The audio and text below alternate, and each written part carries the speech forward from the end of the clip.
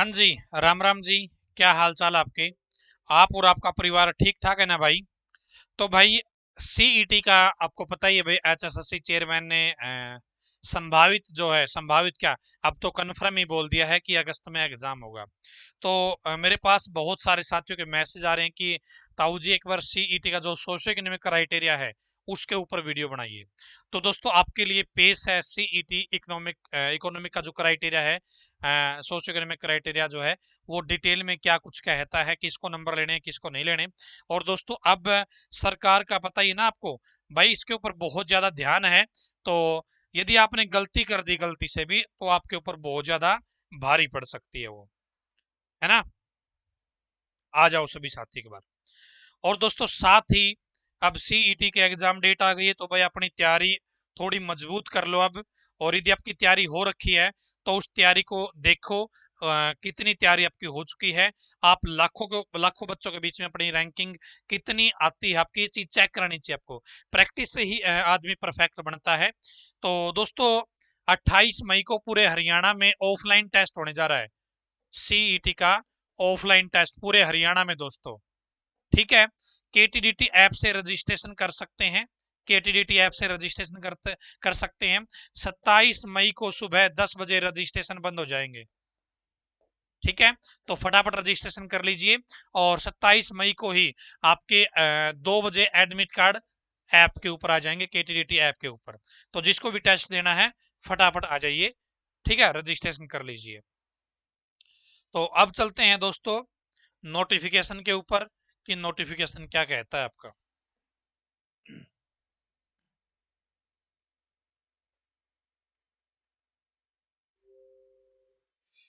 तो भाई ये सीईटी का जो गैजेट नोटिफिकेशन है, जो 5 या 6 मई को साइट पे डला था, तो इस नोटिस में क्या दिया गया है वो हम देखेंगे, सोशो इकोनॉमिक क्राइटेरिया के बारे में।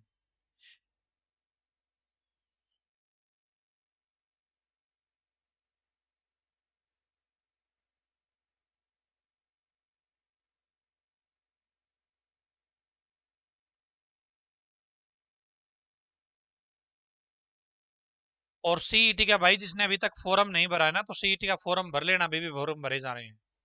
ठीक है ना।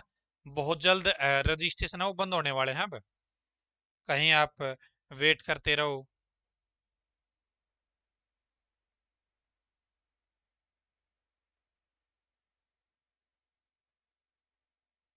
और भाई इस नोटिफिकेशन को यदि आप पढ़ना चाहते हो तो मैं टेलीग्राम पे शेयर कर दूंगा। ठीक है। तो यहाँ पर देखिए दोस्तों, 5% नंबर मिलेंगे दोस्तों। ठीक है, आपको पता ही होगा 5% नंबर मिलेंगे आपके ग्रुप ग में। और पहले ग्रुप ग के बारे में ही पूरा डिस्कशन कर लेते हैं, क्या क्या लिखा हुआ इन्होंने। तो जो हरियाणा, एक तो पहली बात तो दोस्तों ये है, ये जो नंबर दिए जाएंगे ये केवल और केवल हरियाणा के लिए है। हरियाणा का जो डोमिसाइल जिसके पास होगा उसी को इन नंबरों का बेनिफिट मिलेगा। ठीक है, इन एक्स्ट्रा मार्क्स का बेनिफिट मिलेगा। न तो शिवम, यानी कैंडिडेट खुद भी, कुछ बच्चे बोल रहे हैं कि कैंडिडेट खुद जॉब में है तो उसको क्या करना है। यदि भाई कैंडिडेट खुद भी जॉब में है ना, तो भी उसको नंबर नहीं मिलेंगे। ठीक है, तो भी उसको नंबर नहीं मिलेंगे।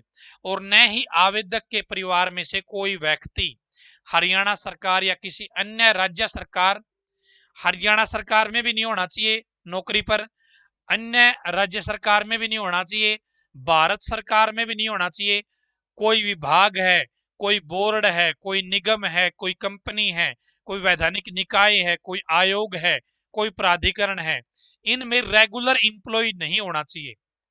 यदि आपके परिवार में आप भी, ठीक है, आपके परिवार में नौकरी नहीं है तो आपको 5% नंबर मिल सकते हैं। अब परिवार में ये कौन कौन काउंट करते हैं उसकी डेफिनेशन इन्होंने आगे दे रखी है दोस्तों। परिवार की जो डेफिनेशन है इन्होंने आगे दे रखी है। आवेदन के वर्ष से पूर्व के वित्तीय वर्ष में सभी स्रोतों, अर्थात वेतन, एक तो भाई परिवार में जो सैलरी आ रही है वो कृषि से या बिजनेस से कारोबार से या व्यवसाय से इत्यादि से परिवार की सकल वार्षिक आय केवल 1,80,000 रुपए से कम होनी चाहिए। दोस्तों बहुत सारे बच्चे कमेंट करते हैं कि जो इनकम है वो किस किस चीज की काउंट करी जाएगी। तो भाई यदि आपके परिवार में कोई वेतन ले रहा है वो भी काउंट किया जाएगा, कोई कृषि का काम है वो भी काउंट किया जाएगा, कारोबार की इनकम देखी जाएगी, व्यवसाय की इनकम देखी जाएगी।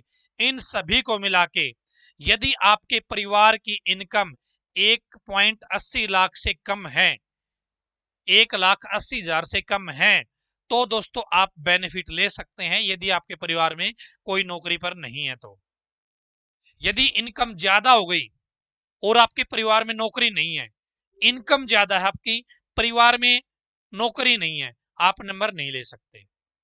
क्लियर है, आप नंबर नहीं ले सकते। उपरोक्त 1 और उपरोक्त 2 के बारे में पुष्टि परिवार पहचान पत्र या HRMS के डाटा से की जाएगी। तो फैमिली आईडी का जो डाटा है ना भाई, उसके हिसाब से आपका पहला पॉइंट और दूसरा पॉइंट वेरीफाई किया जाएगा।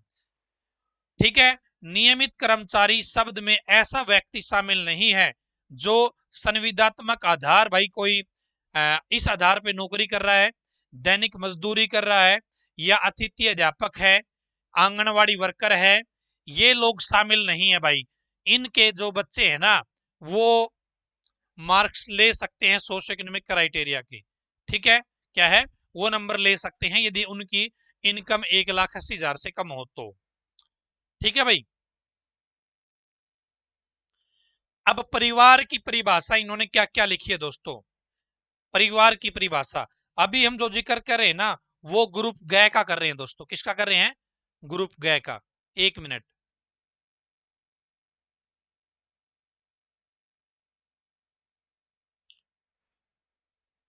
ठीक है। हाँ जी, तो पुरुष उम्मीदवार है से भी पराय है, खुद कैंडिडेट खुद, उसका पिता, उसकी मां, उसकी पत्नी, अविवाहित भाई तथा पुत्र। तो भाई यदि आप मेल कैंडिडेट हो, यदि आप मेल कैंडिडेट हो, लड़के हो, तो क्या क्या देखा जाएगा। एक तो खुद हो गया लड़का, एक उसका भाई पापा हो गया, एक उसकी मम्मी हो गई, एक उसकी पत्नी हो गई। यदि भाई उसका अविवाहित है, यदि उसका भाई अविवाहित है तो वो काउंट किया जाएगा अविवाहित। यदि भाई शादीशुदा है, यदि भाई शादीशुदा है तो वो काउंट नहीं किया जाएगा। यहाँ पे क्लियर लिखा है यदि मेल कैंडिडेट अप्लाई करेगा तो भाई आवेदक खुद देखा जाएगा, उसकी माँ उसका पापा देखा जाएगा, उसकी पत्नी देखी जाएगी और उसका अविवाहित भाई देखा जाएगा। ठीक है, और उसके पुत्र देखे जाएंगे यदि मेल कैंडिडेट है। तो इस बात में आप थोड़ा ध्यान दीजिएगा, यदि भाई शादीशुदा है तो वो काउंट नहीं होगा। ठीक है भाई, आगे चलिए। अविवाहित महिला उम्मीदवार से अभिप्राय है यदि अनमैरिड फीमेल कैंडिडेट अप्लाई करती है, क्या है, अनमैरिड फीमेल कैंडिडेट अप्लाई करती है तो क्या है, एक तो खुद देखी जाएगी वो जॉब में है या नहीं है, उसका जो जन्म देने वाला पापा का जॉब में है या नहीं है वो देखा जाएगा, उसकी मम्मी जॉब में है या नहीं है वो देखी जाएगी, उसका भाई भी देखा जाएगा। ठीक है, अविवाहित भाई। यदि भाई शादीशुदा है तो नहीं देखा जाएगा। लड़की के लिए क्या देखा जाएगा भाई, खुद लड़की देखी जाएगी, उसके रियल पापा देखे जाएंगे, उसकी मम्मी देखी जाएगी, और अविवाहित भाई है तो उसकी जॉब देखी जाएगी वो है या नहीं है। यदि भाई शादीशुदा है तो यहाँ पे वो काउंट नहीं होगा। क्लियर है जी, यहाँ पे वो काउंट नहीं होगा। यदि मैरिड फीमेल कैंडिडेट है, यदि मैरिड फीमेल कैंडिडेट है तो क्या होगा भाई, वो खुद लड़की देखी जाएगी, उसका पति देखा जाएगा, उसका ससुर, उसकी सास, अविवाहित देवर, जेठ तथा उसके पुत्र। भाई उसके रियल पापा की जगह उसकी ससुर आ जाएंगे, उसकी मम्मी की जगह उसकी सास आ जाएगी, और उसके भाइयों की जगह, अविवाहित भाइयों की जगह अविवाहित देवर या जेठ है तो भाई वो आ जाएंगे। ठीक है, ये रहेगा फीमेल कैंडिडेट के लिए। ठीक है, फीमेल कैंडिडेट के लिए। यदि तलाकशुदा महिला है तो वो खुद देखी जाएगी, उसका पिता देखा जाएगा, उसकी माता देखी जाएगी, अविवाहित भाई देखा जाएगा और उसका पुत्र देखा जाएगा, यदि तलाकशुदा महिला है तो। ठीक है जी, इन्होंने देखो क्लियर कर रखा है, यदि भाई शादीशुदा है तो काउंट नहीं होगा, यदि भाई शादीशुदा है तो काउंट नहीं होगा। ठीक है, आगे देखते हैं भाई। यदि आवेदक हरियाणा का मूल निवासी है या तो वो विधवा है तो उसको 5% नंबर मिल सकते हैं। प्रथम या द्वितीय बालक है और उसे के पिता की मृत्यु 42 वर्ष की आयु पूरा होने से पहले हो गई तो उसको 5% नंबर मिल सकते हैं दोस्तों। ठीक है, या फिर भाई जब उसके पापा एक्सपायर हुए, बच्चे की उम्र 15 साल से कम हो, ठीक है, तो मिल सकते हैं।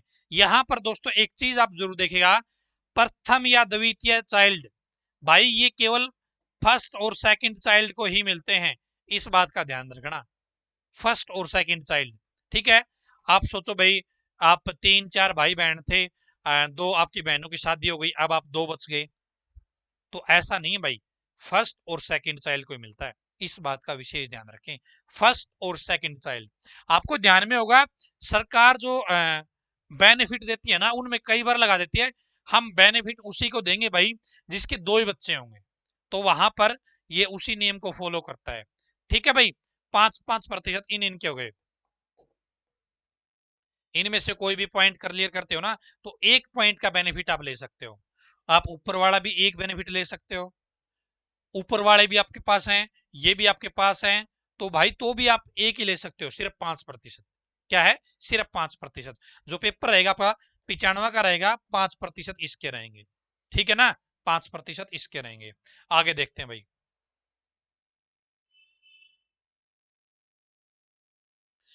तो परिवार पहचान पत्र या विनिर्दिष्ट प्रोफोर्मा में सक्षम प्राधिकारी द्वारा जारी किए गए प्रमाण पत्र में प्रविष्टियों के अधीन 5% अधिमान का हकदार होगा या होगी। तो भाई यहां पे आप पूरी कोशिश करो अपनी, यदि भाई शादीशुदा है तो अपनी फैमिली आईडी अलग बनवा लो।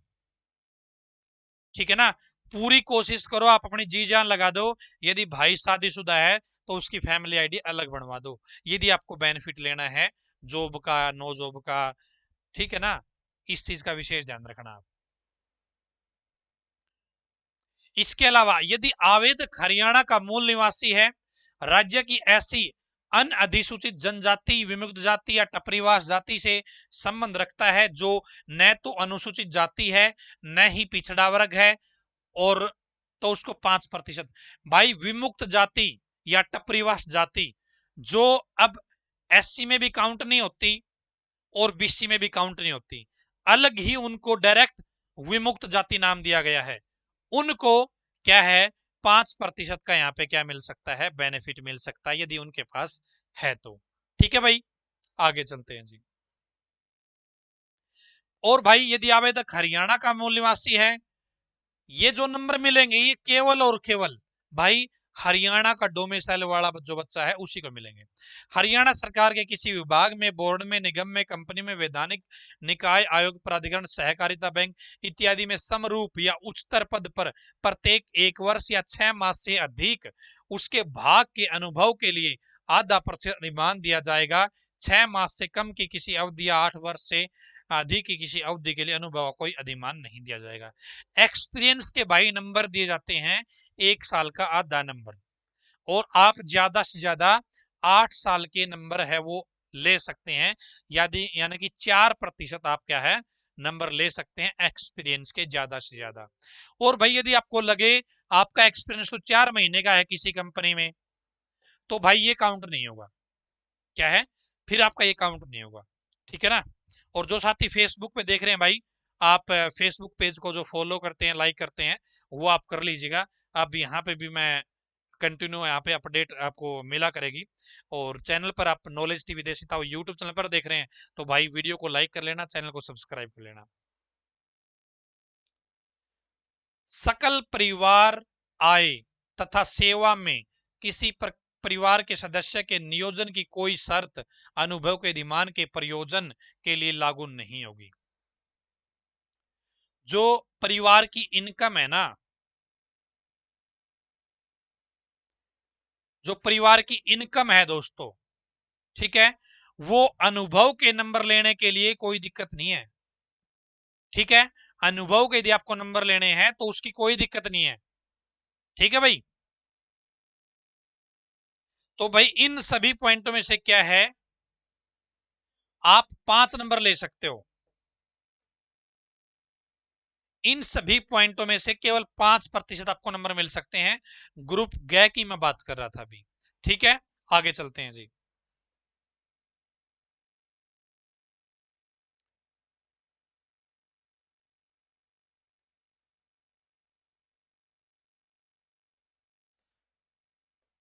यहां पे देखिए,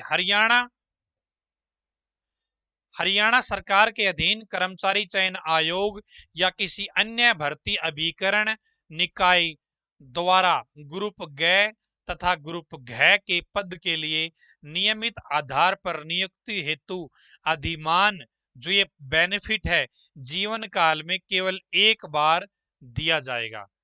यहाँ पे आप देखेंगे दोस्तों, जो ये बेनिफिट है केवल एक बार आप ले सकते हैं, केवल एक बार। क्लियर है ना? यदि व्यक्ति स्वयं या उसका पारिवारिक सदस्य अधिमान के लाभ रहित सहित या बिना लाभ के एक बार चयनित या नियुक्त हो जाता है, तो परिवार के किसी अन्य सदस्य को उसी या किसी अन्य पद जिसके लिए उपरोक्त पैरा 2 में यथा परिभाषित किसी पारिवारिक सदस्य द्वारा आवेदन प्रस्तुत किया गया है, पर चयन नियुक्ति के लिए अधिमान हेतु विचार नहीं किया जाएगा। तो भाई एक ही बच्चा ले सकता है। क्या है? एक ही बच्चा ले सकता है।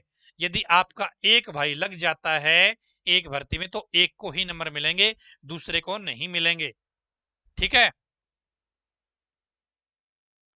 यहां पर दोस्तों हमारे हरियाणा है ये प्रधान, यहाँ पे कुछ कुछ होता रहता है। एक बार चयनित नियुक्त शब्द में ऐसा व्यक्ति शामिल नहीं है जिसकी सेवा माननीय उच्च न्यायालय या किसी अन्य सक्षम प्राधिकरण के निर्देशों की अनुपालना में घोषित चयन सूची में संशोधन के कारण समाप्त की गई है। ऐसे मामले में उस चयन नियुक्ति को इस प्रयोजन के लिए उपेक्षित कर दिया जाएगा। जैसे भाई अभी क्लर्क भर्ती का मामला आपको पता है, चल रहा है ना, रिवाइज रिजल्ट आया है, बहुत सारे बच्चों ने 1-1.5 साल नौकरी कर ली। अब वो बच्चे कंफ्यूज है कि अब हम क्या करें भाई। उन्हें भाई अभी इनका सिलेक्शन ना हुआ तो उन्हें आगे नंबर मिलेंगे या नहीं मिलेंगे? तो भाई उनको नंबर मिलेंगे यदि वे एलिजिबल हैं तो। ठीक है, उनको आगे नंबर मिला करेंगे। आगे देखते हैं जी।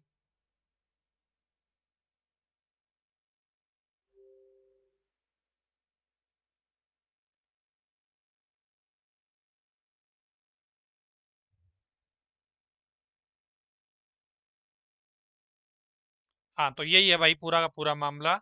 तो मेरे हिसाब से आप एक एक चीज समझ गए होंगे प्रॉपरली ढंग से। भाई किसको कैसे मिलते हैं। शादीशुदा भाई काउंट नहीं होता है, शादीशुदा भाई काउंट नहीं होता है। यहां पर सिस्टर वर्ड ऐड नहीं है। हाँ जी, ध्यान से सुनिएगा, यहां पर जो बहन शब्द है ना वो नहीं लिखा गया है। यदि आपकी बहन जो ऊपर है तो कोई दिक्कत नहीं है, आप आराम से जो नो जो बड़ा बेनिफिट है वो ले सकते हैं। बहन शब्द यहाँ पे शामिल नहीं है। ठीक है, तो ये पूरा का पूरा मामला था भाई आपका, और आप समझ गए होंगे। बाकी भाई सीईटी का जो पेपर है वो अगस्त में संभव है, आपको पता ही है। चेयरमैन साहब ने आज 100% बोला है।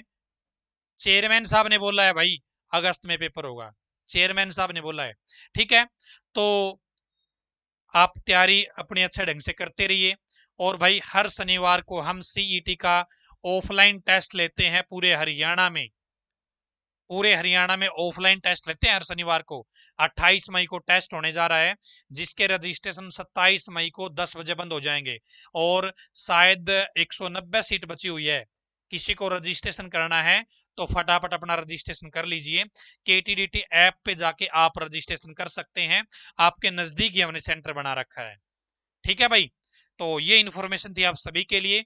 उम्मीद करता हूं आप प्रॉपर ढंग से समझ गए होंगे परिवार की इनकम क्या देखी जाएगी, कब देखी जाएगी, परिवार में मेंबर कौन देखा जाएगा। ठीक है, आज की इस बेहतरीन वीडियो में इतना ही। धन्यवाद दोस्तों। फेसबुक पेज को फॉलो कर सकते हैं, नॉलेज टीवी देसी ताऊ यूट्यूब चैनल को सब्सक्राइब कर सकते हैं। धन्यवाद। भगवान करे आप सभी का समय शुभ रहे।